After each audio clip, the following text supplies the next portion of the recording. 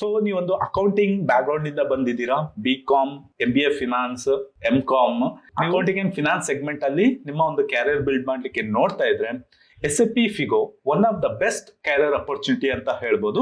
Companies ಗಳಲ್ಲಿ finance ಮತ್ತೆ accounting ಅನ್ನು ಹ್ಯಾಂಡಲ್ ಮಾಡುವಂತ SAP ಮಾಡೆಲ್ ಬಂದ್ಬಿಟ್ಟು FICO. ಅದರಲ್ಲಿ FI ಅಂದ್ರೆ ಫೈನಾನ್ಷಿಯಲ್ ಅಕೌಂಟಿಂಗ್, CO ಅಂದ್ರೆ ಕಂಟ್ರೋಲಿಂಗ್.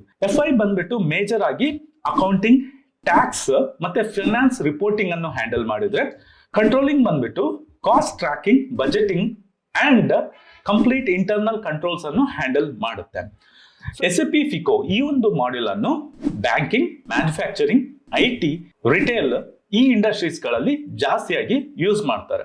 SAP FICO ಕನ್ಸಲ್ಟೆಂಟ್ ಗಳ ಮೇಜರ್ ಜಾಬ್ ರೋಲ್ಸ್ ಗಳ ಬಗ್ಗೆ ನೋಡೋದಾದ್ರೆ, ಎಂಟ್ರಿ ಲೆವೆಲ್ ಅಲ್ಲಿ SAP FICO support consultant, junior ERP analyst, trainee consultant, mid level ಅಂದ್ರೆ ಅರೌಂಡ್ 2 to 5 years ಎಕ್ಸ್ಪೀರಿಯನ್ಸ್ ಇರುವ SAP ಕನ್ಸಲ್ಟೆಂಟ್ ಗಳಿಗೆ ಮೇಜರ್ ಜಾಬ್ ರೋಲ್ಗಳು ಬಂದ್ಬಿಟ್ಟು SAP FICO consultant, business analyst, finance process expert ಆಗಿದೆ.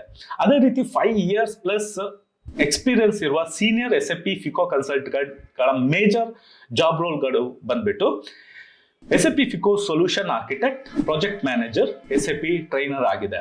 ಒಬ್ಬ ಫ್ರೆಶರ್ ನ ಒಂದು ಸ್ಯಾಲರಿ ಪ್ಯಾಕೇಜ್ ಬಂದ್ಬಿಟ್ಟು around 3 to 6 lakh per annum ಈ ರೀತಿ ಇದೆ. ಮಿಡ್ ಲೆವೆಲ್ ಅಂದ್ರೆ 3 to 5 years ಎಕ್ಸ್ಪೀರಿಯನ್ಸ್ ಇರುವ SAP ಕನ್ಸಲ್ಟೆಂಟ್, FICO ಕನ್ಸಲ್ಟೆಂಟ್ ಗಳ ಒಂದು ಸ್ಯಾಲರಿ ಪ್ಯಾಕೇಜ್ ಬಂದ್ಬಿಟ್ಟು 8 ಇಂದ 15 lakhs ತನಕ ಪರ್ ಆನಮ್ ಈ ರೀತಿ ರೇಂಜ್ ಆಗುತ್ತೆ. ಅದೇ ನೀವು ಒಬ್ಬ senior SAP consultant with more than 5 years experience ನಿಮ್ಗೆ ಇದೆ ಅಂತ ಆದ್ರೆ ನಿಮ್ಮ ಒಂದು salary package more than 20 lakhs ಸಹ ಹೋಗುತ್ತೆ. ಅದೇ ನೀವು ಗ್ಲೋಬಲಿ ನೋಡೋದಾದ್ರೆ ನಿಮ್ಮ ಒಂದು ಎವರೇಜ್ ಸ್ಯಾಲರಿ ಎಂಟ್ರಿ ಲೆವೆಲ್ ಇಂದ ಹಿಡಿದು 5+ years ಎಕ್ಸ್ಪೀರಿಯನ್ಸ್ ಇರುವ SAP FICO ಕನ್ಸಲ್ಟೆಂಟ್ ಗಳ ಗ್ಲೋಬಲ್ ಸ್ಯಾಲರಿ ಬಂದ್ಬಿಟ್ಟು ಅರೌಂಡ್ 70,000 ಇಂದ ಹಿಡಿದು $120,000 ಈ ರೀತಿ ರೇಂಜ್ ಆಗುತ್ತೆ. ಸೊ ಮೇಜರ್ ಆಗಿ ನೀವು ಕಲಿಬೇಕಾಗಿರುವಂತ ಸ್ಕಿಲ್ಸ್ ಗಳು ಬಂದ್ಬಿಟ್ಟು ಅಕೌಂಟಿಂಗ್ ಫಂಡಮೆಂಟಲ್ಸ್ಗಳು. So balance sheet, journal entries, tax, P&L ಇದರ ಒಂದು ಪ್ರಾಪರ್ ಆದ ಅಂಡರ್ಸ್ಟ್ಯಾಂಡಿಂಗ್ ನಿಮ್ಗೆ ಇರಬೇಕು.